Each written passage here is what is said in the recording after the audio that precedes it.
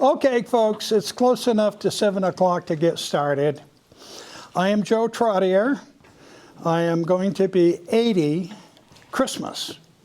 I was born, all my siblings were born at Mary Hitchcock Hospital in Hanover. We all grew up on Depot Street in Wilder. My grandparents and my father were businessmen. They had stores and barbershops and things like that in Wilder Village before the dam was built and so forth. And I grew up there until at 17, I joined the Air Force and went out to California. And it's just a side note, when JFK got assassinated, I was only 17 years old when I joined the Air Force. Give you an idea. And I had a .45 on my hip and a carbine. And we had when President Kennedy got shot, the whole base went on full alert. Everybody had to go 2 by 2. Nobody could go anywhere by themselves unless they had a special code and key. And here I am, 17 years old, guarding nuclear warheads and missiles, and I don't even have a secret clearance yet. So, well, they needed me, so they stuck me out there. But anyhow, I spent 4 years in the Air Force in California, at Vandenberg Air Force Base. Then they sent me to Korea for 13 months. I really enjoyed it over there. I learned a lot about their language and their customs and their songs. I can sing songs in Korean, but I'm not going to give you that. But Korean Americans when Koreans come here, they say, I speak the best Korean of any American they've ever met. So I took a lot of time to learn it. But I stayed over there, and then I went to North Dakota, where you're freezing, the buildings, so much snow up there. There was snow like dust in front of the buildings and on the cars. People were dying in their cars. They couldn't leave the base unless they had a survival kit and blankets and heat and all of that stuff, because people were, when they first opened the base was 25,000 people. It was the second largest city in North Dakota. So that's kind of my background. I got out of there, and then I went to Lyndon State College. I wanted to be a guidance counselor. My football coach, he kind of inspired me, and I enjoyed him very much, Coach Dyer. So I went to Lyndon to become a guidance counselor. Unfortunately, I'm going to tell you the truth. When I got to Lyndon State, I'm a child of the 60s, and all hell had broken loose back then. There were drugs everywhere. Even the professors were smoking pot and stuff. And we had a garden party at one of the professors' house one time, and they had a nice cut glass plate with joints all rolled up on it. And that was my gateway entry to 20 years of I got in with the wrong crowd. I became an alcoholic and a drug user and abuser. However, now I am in my 41st year, alcohol and drug free. And then I got down to the friend here that's got over 40 years. He's got more than me. But we're good friends. We both grew up in Wilder. I'm not going to expose him, but anyways, so from then on, I finally smartened up and took life seriously. Thank goodness I got off of that stuff. And I've been very active in town. I've worked probably in 50 years, I don't know how many offices and commissions I worked on, like swimming pool, like the latest was a swimming pool. I was in the swimming pool business, so I was on the committee here for the Hartford's new pool. Anyhow, I was recruited out of college. In the summer, there was no college in the summer, but I went to work building the interstate highways. I was building bridges, and then I worked at Holiday Inns out of Memphis, Tennessee. I was the clerk of the works for the Holiday Inns being built in White River and in Rutland. I did that for a while. Then I got recruited from college. I didn't finish college. I got almost 3 years worth of credits, but I got recruited from a guy that was in the swimming pool business. He built the swimming pools at the 2 Holiday Inns. He kept bugging me to go to work for him. So finally I did. And he gave me more money than I would have ever made as a school teacher. Back then, school teachers were getting about $3,500 a year, entry, 33, 35. He started me off at $250 a week, plus a new ranchero to live in and a house to live in. So how could I walk away from that?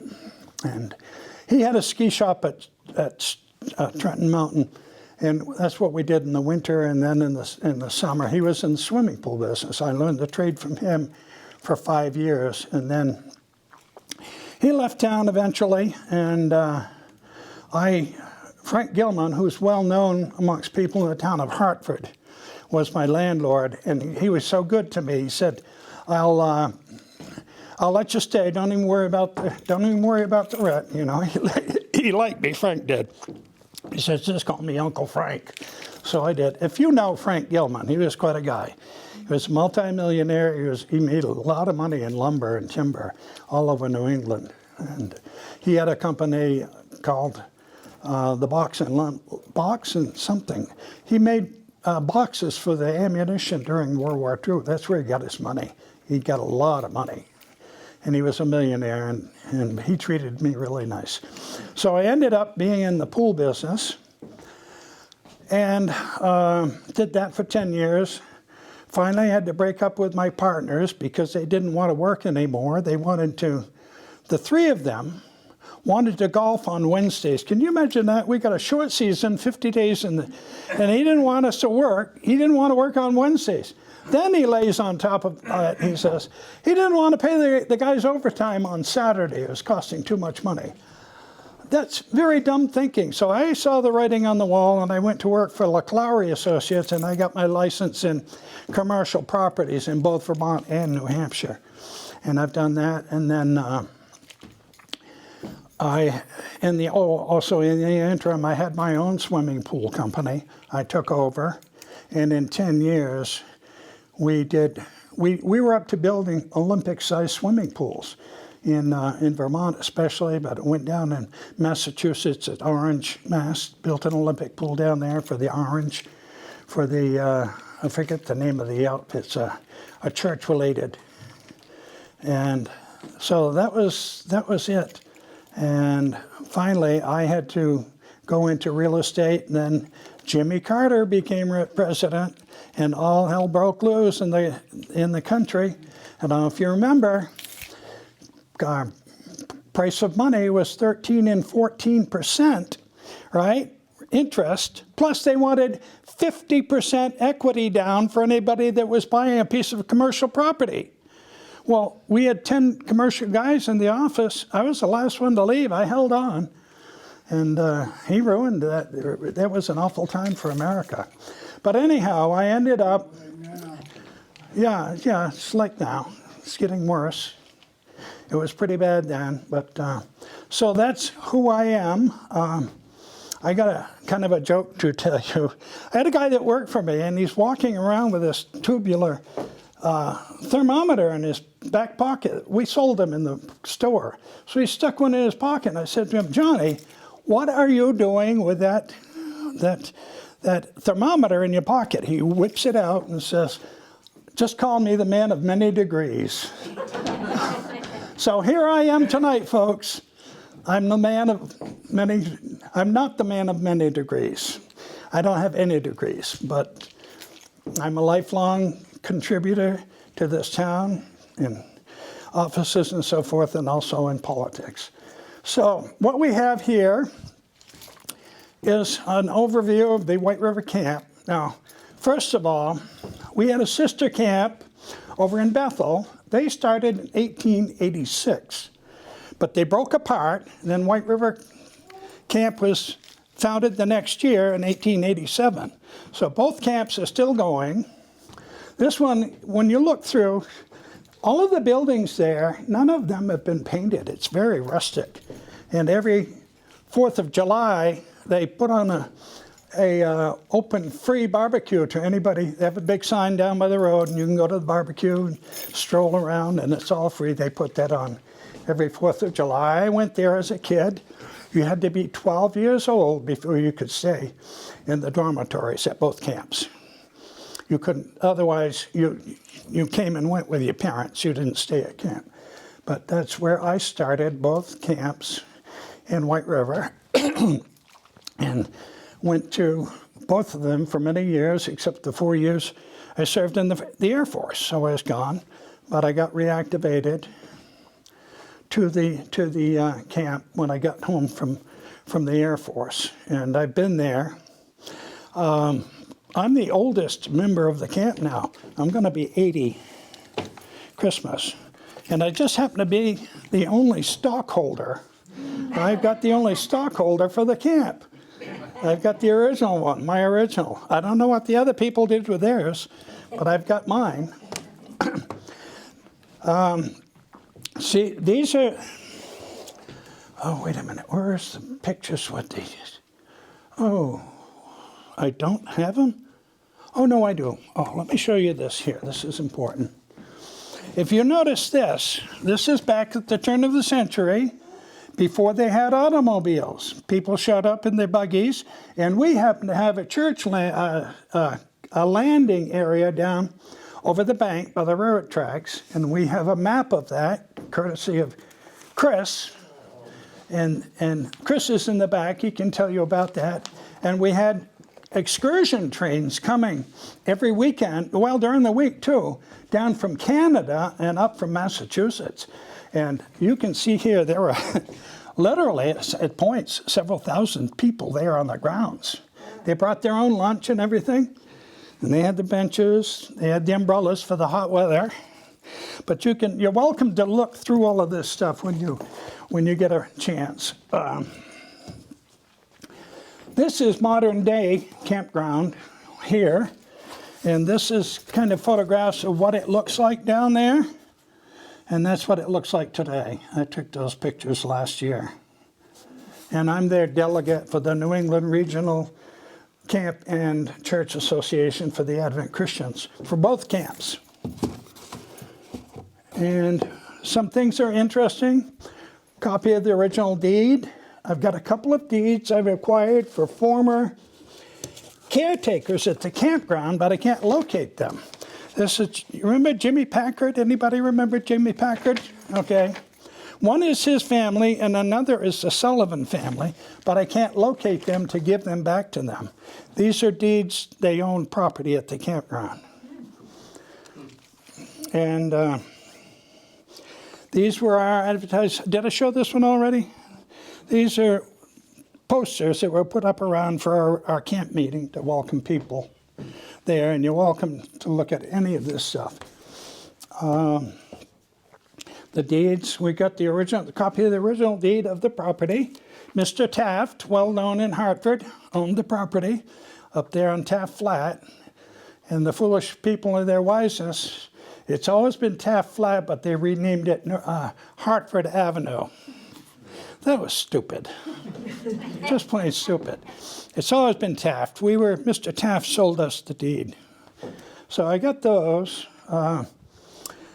This is a layout of the property if you can't conceive how big it is.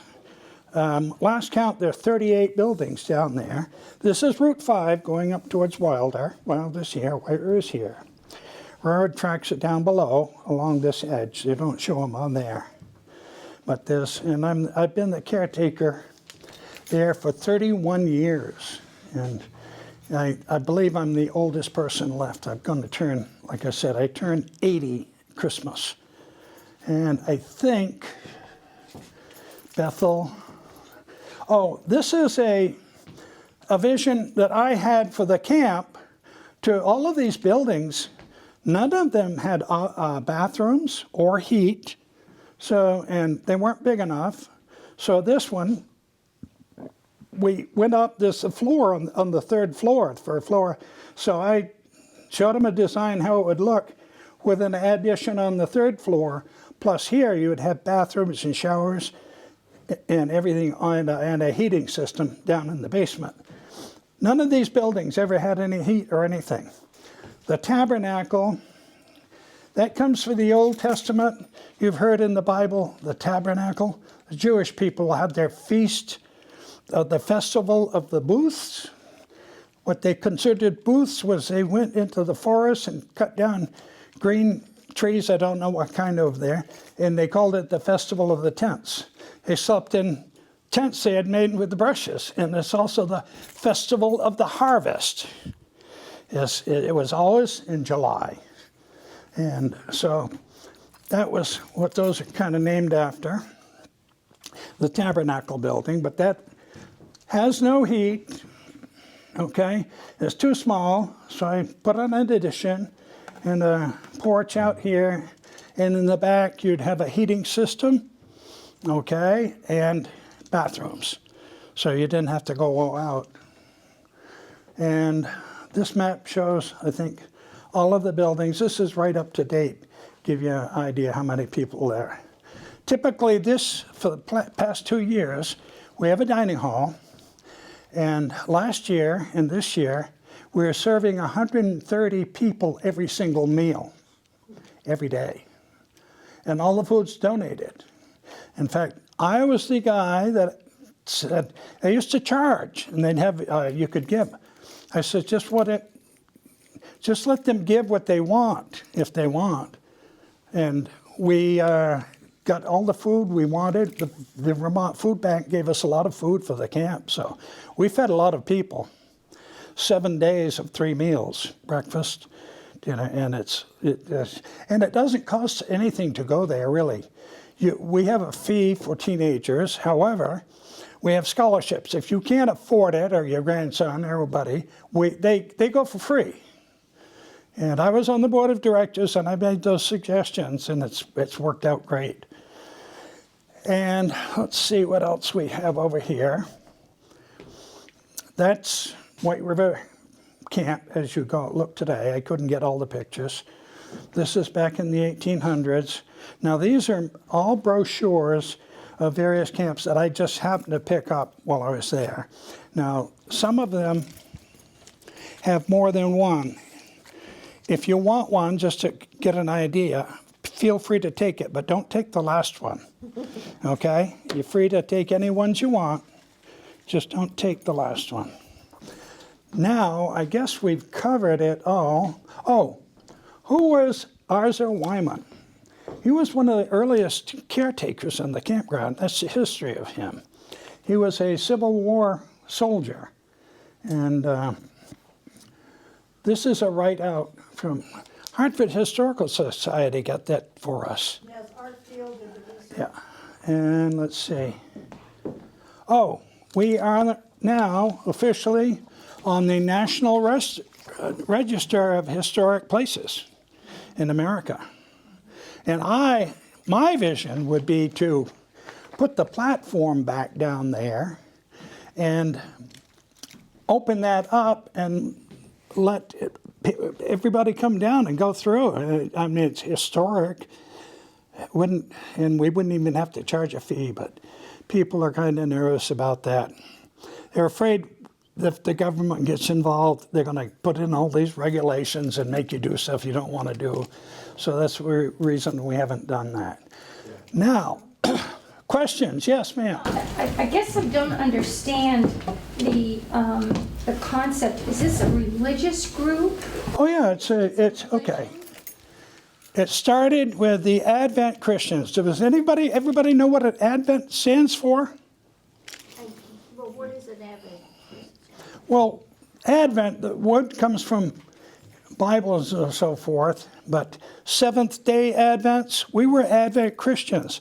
The founder of the Advent Christians lives in Low Hampton, New York, right over the border from Rutland. If you go Route 4, the very first right-hand you turn, you're going to come to a T, you take a left, you'll come to the founder's home, and that's all well-maintained, and it's very historic. It's open, no charges, you can go in. There's a chapel there, and William Miller was the one who founded it. He was expecting the second coming. That's where you get Advent. The first Advent is when he was born. That's Christmas season, Advent.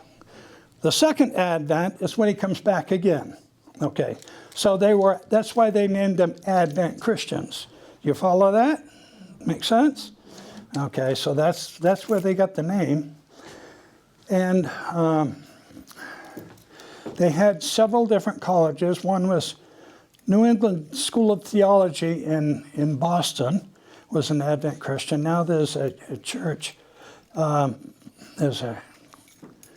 trying to think one more. They changed their name again, but I've forgotten what it is. But they still have a school that people go to and so forth. So that's what the Advent Christian's about. We believe in the second coming. That's what it's for, the second coming of Christ. So do you have a chapel or something? Do you have regular religious? Well, yeah, that's what this building here, the tabernacle. Okay? This is a tabernacle. That's what we have during camp. It's only one week out of the year. It's after the Jewish holidays. They had 1 week a year. And can you tell me the proper name of that holiday? Sukkot. Sukkoth? Sukkot, yeah. Yeah. That's the Jewish holiday. That's where we got the name from. So we go by the old Jewish holiday and the traditions. We do it at the same time as the Jewish folks do. And it's a week-long holiday, too. Pardon? It's a week-long holiday. Yes, ours is week-long, too. We adopted that historical meaning. So that's where we got the meaning of Advent Christians. And anybody else have a question? Yes. So is this like in New England? Is this in New England or is it national? You know, like how many? Can you speak up a little bit Yes. more? Little. Is this a New England movement or is the Advent? Actually, Is it all over the country? yes, it is. It was started. Different denominations have camps like this. Okay, the Advent Christians probably have at least 50 camps like this scattered around New Hampshire. We've got one over in Alton Bay. They have over 100 cottages there. And they've been so close together, they've burned down twice and rebuilt it. Can you imagine that? And I've been over there several times, get speakers coming in from nationwide. I can remember, I was a chaplain's assistant in the Air Force. And one of the chaplains, Donald Harland, was at my base. He became the chief of Air Force chaplains eventually. He became a general. He went up through the ranks, and he came and spoke at Alton Bay. So you get national speakers coming in and singing groups and things. Again, that goes for a couple of weeks longer because it's so big. And anybody is welcome to drive down there. Alton Bay, just go to the very south tip of Alton Bay, of Lake Winnipesaukee. It's at the tail end of Lake Winnipesaukee. Okay, you go all the way down there, and there it is, right over the lake. So how many members are in, you said there's 39 cottages, are they, like, is it passed from family member to family? Oh, yes. How active is it now? We have some people that are related that come down from Canada. They're faithful. We have people come from Florida. They come every year. We have a bunch of families from Maine that come. We have a lot of dedicated people that come. And most of those cottages are all private. Well, all of them are privately owned, except we do have, of course, we have a lodging hall and all of the, the commercial buildings, which the camp owns. And Joe? Mention in the back of the National Register, there's photographs there of some of the other buildings historically. you're welcome to look at any of those. Just pick them up. I have highlighted the important stuff in yellow so you can see like the original deeds and things like that. Yes, Fred. So you've got everybody assembling for a week during the summer. What goes on there the rest of the year? Well, we rent it out to other groups, okay? And other groups come in. We have a commercial kitchen, and it's all approved. It meets all the codes. We had to rebuild the whole we just spent $35,000 just on the kitchen alone, bring it up to code, and put fire alarm systems in all of the buildings. And we had this 21st century vision project. This was my vision, to expand it. And we raised about $40,000, and they took $35,000 to, meet all the codes and so forth. And we got to find another fundraiser. I'm not bad at raising funds myself. I've raised a lot of money for when I was in the Rotary Club. I raised more money in 1 year than any other president had before. They raised about $5,000 a year. I assigned everybody an assignment. I took maps and cut areas. I said, you go there, you go there, you go there. And they took in $25,000. They weren't organized. I'm an organized guy, as you can see, I think. But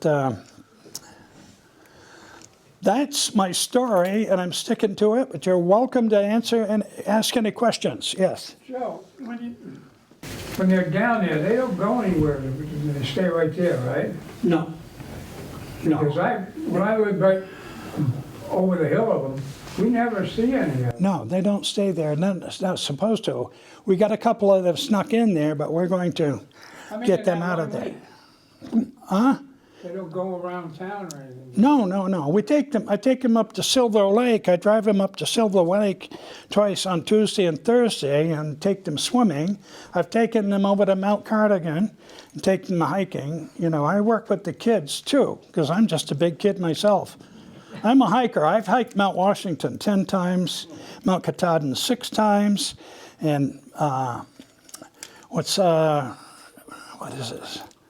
Oh, what's the name of that mountain one up near Waterbury? Camel's Hump. Huh? Camel's Hump. Yeah, Camel's Hump.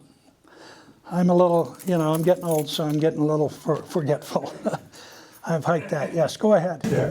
Who was the caretaker prior to you? Chuck Gordon, and he abused the property. He took it as his own personal dump there. He had a lawn cleaning business, and he took all the stuff from people's lawns and dumped them over the bank there by our camp. Was there a man named Orren Kilby? Yeah, Olin was there for a while. His family, he was there for a short stay. Yeah, Olin. His whole family came from northern New Hampshire. And there were quite 3 or 4 Kilby brothers that all participated at times. They built a church in Wilder. There was an Advent Christian church. That was the second Advent church. They had another one. If you know where the elementary school is in Wilder, say this is the school, right? Well, the building right next door, north, was the first Advent Christian church there back in the 20s. Okay? Anybody that knows Norm Rhodes, a famous artist in town, he bought it and fixed it up for a home. But that was the first Advent Christian church. And down the street, my father had a commercial building there.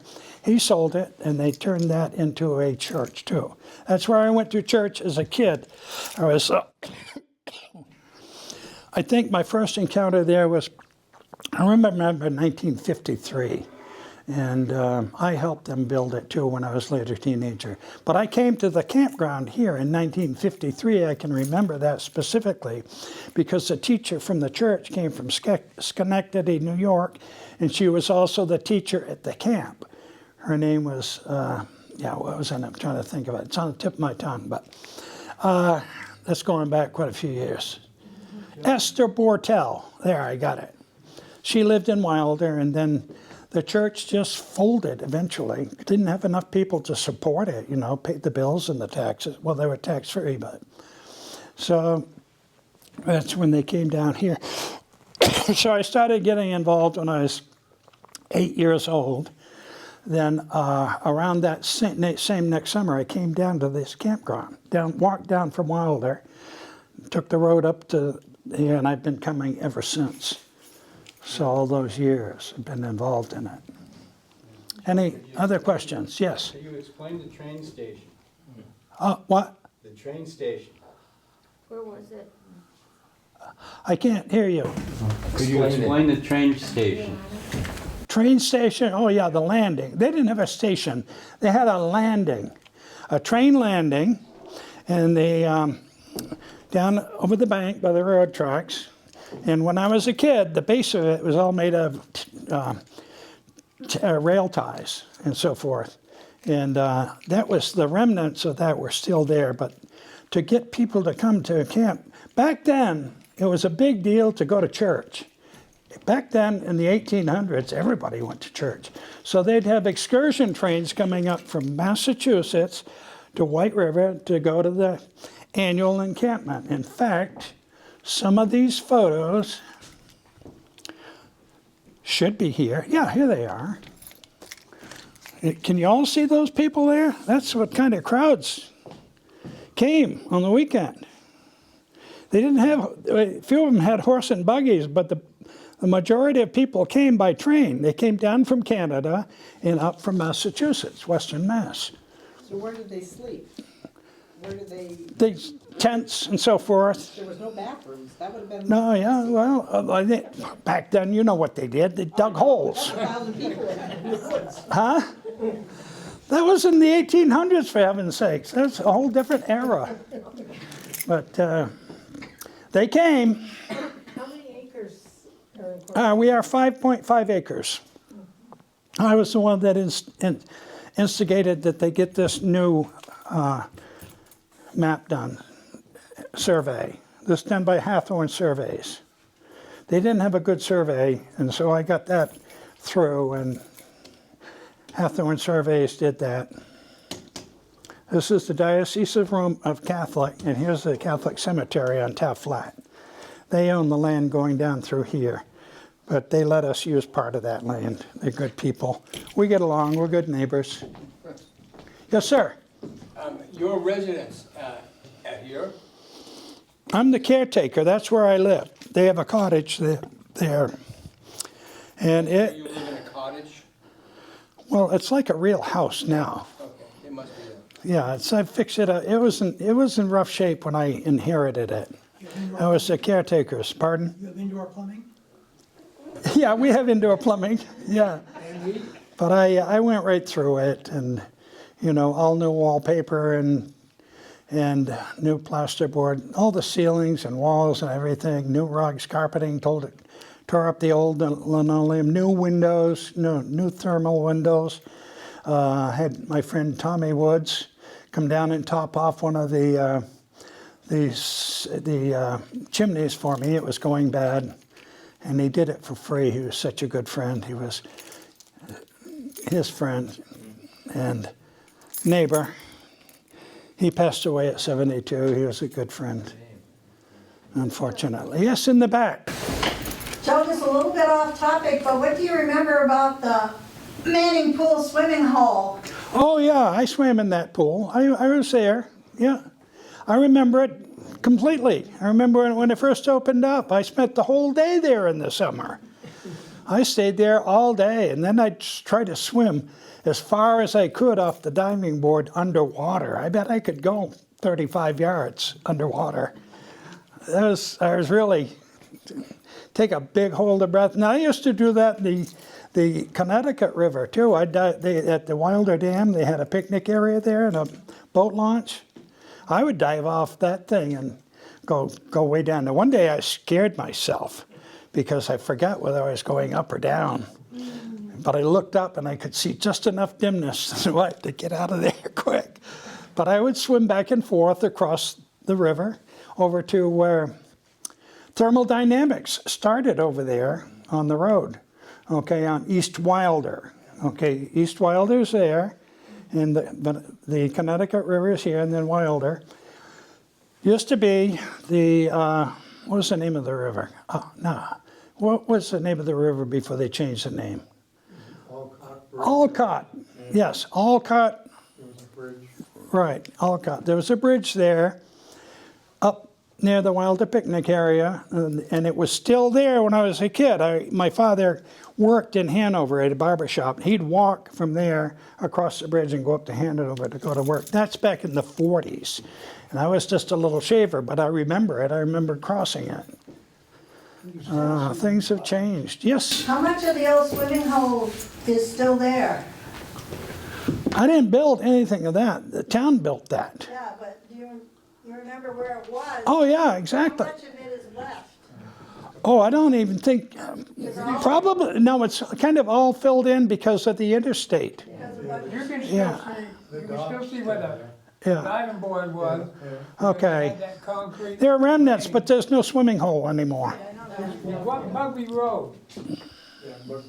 Yeah, Come down, and when you get almost to Route 5, if you look down over the bank, you can see, When the leaves are off, yeah. yeah. oh, yeah. I remember Yeah, I go by there regularly. I swam every day from, Yeah, I swam up there. I swam from about midday until they closed at 8 o'clock every night. I love Sandy swimming. Beach. Yes, ma'am. I have a question. How many of the families that own the cabins, how many of them are members of the Advent Church? Or most of them? Most of them, yes. Or they have Advent Christian heritage, okay? For example, there's a pastor down in Brattleboro, Vermont. He went to an Advent Christian college in Western Mass, in Lenox, Mass, rather. And he was a preacher, and now he's got his own church, but he's, what do you call it? He doesn't have any denomination connections, but he was president of our camp for 35 years. So he still comes and goes, and his kids are all, one of his boys is a pastor, and they all participate. It's kind of like one big family down there, mostly. But we are always welcoming new people. And during camp, if you want to come down at the evening service is at 7 o'clock. We'll usually have sometimes performers coming in to sing and gospel songs and things like that. But anybody is welcome. What's a typical day there like? Say that again. I don't quite follow. What is a typical day like at the camp there? Like? You know, what do they do in the morning or the afternoon? The evening? Oh, well, in the morning, the youth and the adults are separated. The youth have a tent. They do their Bible study. And the adults have a Bible study around 9 o'clock. And that lasts till about 10:30. Then about 10:30, they have a regular morning service. But prior to that, they have the Bible study. And then in the afternoon, they have activities, they have prayer meetings, and the kids, of course, we take them swimming and hiking, and they like that. And then when they get back, food's ready to eat, and that's it. And then they have to attend the evening services. You can't just be running around. So, I mean, that's the purpose of learning. That's how you learn. Yes, ma'am. Dave, How long does the service go? Is it an hour? Is it 3 hours? About an hour. I run the snack bar for them too. I ran the snack bar for over 30 years. They love my snack bar. I go the extra mile. I started cooking sausage and green peppers and stuff like that. People are devoted to those. We had hot dogs and hamburgers. I had it all done. I had the kids work with me, and they would work, and I'd give them all the free food they wanted, and ice cream and sodas and chocolate bars. But I always had people wanting to work in the snack bar, and we made good food. I mean, some people suggested that they wanted the sausage and green peppers, so I accommodated them. Again, they like it, And I got it down to a science. Everything, I buy all of the stuff myself out of my pocket and stock it. I put the $400 cash in the cash register. Do the whole thing. I keep record of all the sales, and then at the end of the week, total up the sales. I keep track of all the receipts for what we spent, and whatever the profit is, I deposit in. They have an account at the bank in White River, so I deposit that money, and I've got records for every cent. By the way, I also funded my position. I bought all of the tools, including a John Deere tractor, and all of the repairs, and all the fuel, and all the oil, and whatever. I donated all that money every single year, about $3,000 alone. But I don't, it's giving back. You know what I mean? It's giving back. That's what I was doing. I was just giving back instead of tithing on a regular basis. Some people tithe. But that was my way to give back, and I've been there for 31 years. But they're retiring me this year because they think I'm getting old, for heaven's sakes. I'm only going to be 80. I still hike. I still bike. I still work out. And I'm still working. I'm not afraid of work. I grew up with work. I've worked all my life. You don't get anywhere on, if you live off somebody else. Yes, ma'am. So Vermont is the least religious state in the Union. I'm sorry. Vermont, Yeah, they're. least religious state in the Union. Oh, yeah. How many youth are coming to your church? Pardon? How many youth are coming? Oh, we have 50 to 60 teenagers in the dormitory. Like I say, we're feeding 125 to 140 people at every meal, and nobody has to pay for anything. And that's, I hate to say it, but I was the one that suggested it, that you don't pay, you pay by donation. And if a kid can't afford to go to the camp, we have openings for them. We don't charge the kids anything. I mean, there's a suggested fee, I think $250 for the week for camp.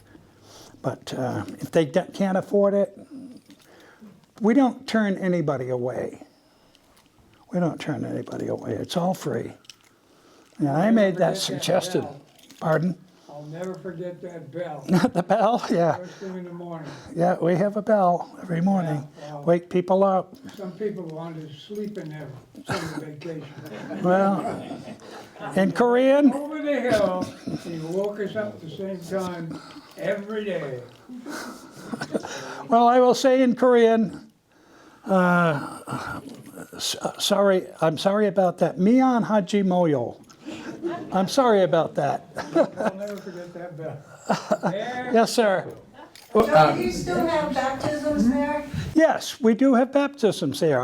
We have a concrete circular bathtub, and myself and my sister were both baptized there in 1957. I was 12 and she was 13, and I was baptized there. And we have them every Saturday. Saturday in the afternoon after lunch. We had probably a good 20 people baptized this summer alone. A lot of teenagers, mostly teenagers, but adults are welcome too. Yeah, it's really neat. It's fun. I mean, I like the kids and they like me, and I give back as much as I can. And yes. You spoke of swimming in the Connecticut River. Yes. Was it clean or just? This was way back in the 1950s. We had a speaker here who grew up in Hartford Village, and he said, the river was too dirty. I mean, it wasn't. Because of the woolen mill, maybe? Yeah. Yeah, maybe discharges from the woolen mill. Well, let's put it this way. I think I'm pretty healthy for my age, and I swim in that river a lot. I lived right next to the river in Wilder. I was just over the railroad tracks, right next to the river, and I swam there all over, up and down the river. Where in Wilder did you grow up? Depot Street. Down, Where the depot used to be, that section. yeah. Grew up on Depot Street. You said that there was a church in Wilder that you attended? Yes. That building's still there? Yes, they turned it into apartment houses. Do you know what the number is? No, I know, but if you stand on the bridge and you look down, it's a building right there, diagonal. It's two-story. It's turned into 2 apartments, I think. You turn up Locust Street, it's the first one. But he said there was another. It's an unusual shaped building for a house, all right? No, not necessarily. They just converted it. Okay. They put in walls, and they took down the acorn on the roof, took out the stained glass windows, turned it into apartments. So. Where was that, Joe? In Harvard? Okay. I know where the one is by the. Yeah. It was on Norwich Avenue. If you go Depot Street, turn the corner, That's Norwich Avenue. It was the second building Next to there. the school. Huh? I know about the house next to the school. The north one, yes. Yeah, where was the other one? Down this way, if you were standing on the bridge, you'd almost be looking at it on a diagonal. You stood on the bridge, goes over the railroad tracks, and you look. On north, what is it? It's Norwich Avenue, isn't it? Yeah, Norwich Avenue. It's right on Norwich Avenue. You know the big store that used to be there in Wilder on the corner? It's the next building. Oh, where the post office is now? Yeah. No, Yeah, it's next to it. no. Post office was, that post office is new. big house or the one on house on Norwich Avenue? That post office is new. There was a post office there. Where they replaced the post office, where they put that replaced the store. I don't follow you. On the corner. My father owned that building where the post office was. Had Trottier's, they sold, Nine apartments there. yeah, it was a drugstore and a barber shop, and they sold Maytag washing machines, and what else? Televisions when they first came in. A livery stable out back. Whatever. That's a long time ago. I was just a shaver back then. But I knew how to make money though. I was making money. I worked for, I did everything under the sun you could do to make money. We had 6 children in our family. We didn't get a allowance. My father didn't give us an allowance. We had to fend for ourselves. I made a lot of money up in Hanover caddying. I got a $25 tip once caddying. I used to go up there and caddy and walk up the tracks from Wilder, or ride to work with my father and go caddying. Made a lot of money. One time I got a $25 tip. My fee was $14, but they gave me a $25 tip. That was a lot of money back then. That was in early 60s, before I joined the Air Force. But we didn't have any allowance. We had to pay for us. One of the things we did, which was kind of novelty, we went down to the campground, and if you know what little fir trees, they'd run on a vine, and they come up, and we'd pull the vines up, we'd wrap them on a coat hanger, go down to Newberry's, get a red ribbon, put the ribbon on it, and a couple bells, and go from door to door, selling wreaths. I sold Grit newspaper. Anybody remember Grit? You remember Grit? Do you know what Grit was? It was a national newspaper. It came by train every Saturday in Wilder, and I'd go help the woman that ran the post office, and I'd get my Grit, and I'd go out selling it door to door. Also, Cloverine brand Sauve. You ever heard of that? Okay, I made a lot of money selling Sauve at 50 cents a tin. It's just a tin, just like tobacco these days. And it was for healing, and it was and a nice smell to it and so forth. I sold Christmas cards. I never went without money. My father wasn't rich. He had 6 kids. He was a barber. He wasn't rich. So we had to do for ourselves. But do whatever you'd have to do. I did one real strange thing, though. I went down to White River, the bridge that goes across the Connecticut River there from White River Junction to West Lebanon. I would climb under that bridge and get the baby pigeons, take them home, and I'd sell them for 50 cents a piece. Everybody in Wilder had a pigeon. I mean, you know, you got to be clever. Tell any more stories. Huh? I probably shouldn't tell any more stories like that. You're going to tell them about the bridge in Wilder? Don't tell them about that. No, okay, we won't. How do you keep track of all the taxes for all these enterprises? I got a good memory, I guess. I haven't run my brain yet. But I thought I knew. did I tell you about the many degrees and the guy that worked for me? Yeah, okay. Yeah. Yeah. He pulled out the thermometer and says, call me a man of many degrees. But I say, I'm not a man of many degrees. But I'm, He's I thought I knew you. I'm involved in too many things. I wear 5 different hats, you know. But I stay busy, and that's the secret, you know. Remember this, rest is rust. 93-year-old Joseph Stoughton told me that. Rest is rust. He says, remember that, young man. So I'm still working, and I don't mind work. Other questions for Joe? Feel free to come up and examine any of those documents you would like. And if you've got any questions, you can see me. I'll be right here for a few more minutes. Where in Bethel is the other camp? Okay, have you ever heard of Camp Brook Road? Yes. Okay, you go in Camp Brook Road goes over the mountain off of, what, Route 12 is it? Yeah, up there. And as you're coming out of Bethel, you're going around a series of curves, and there's a bridge here. And you take the T, it's on the corner, it's called Camp Brook Road. It was named after the campground. The campground was there first, and the brook was there forever. So they named it Camp Brook Road.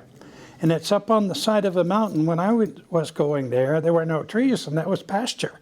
It was all pasture. Now it's all trees. It's hidden in the trees. It's the first right-hand turn after you go onto that road, by the house here on the corner, and there's a road that goes around like this, like an S, up on top of the mountain, not top, on the side of the mountain. It's still there. I go there every year. Well, thank you so much for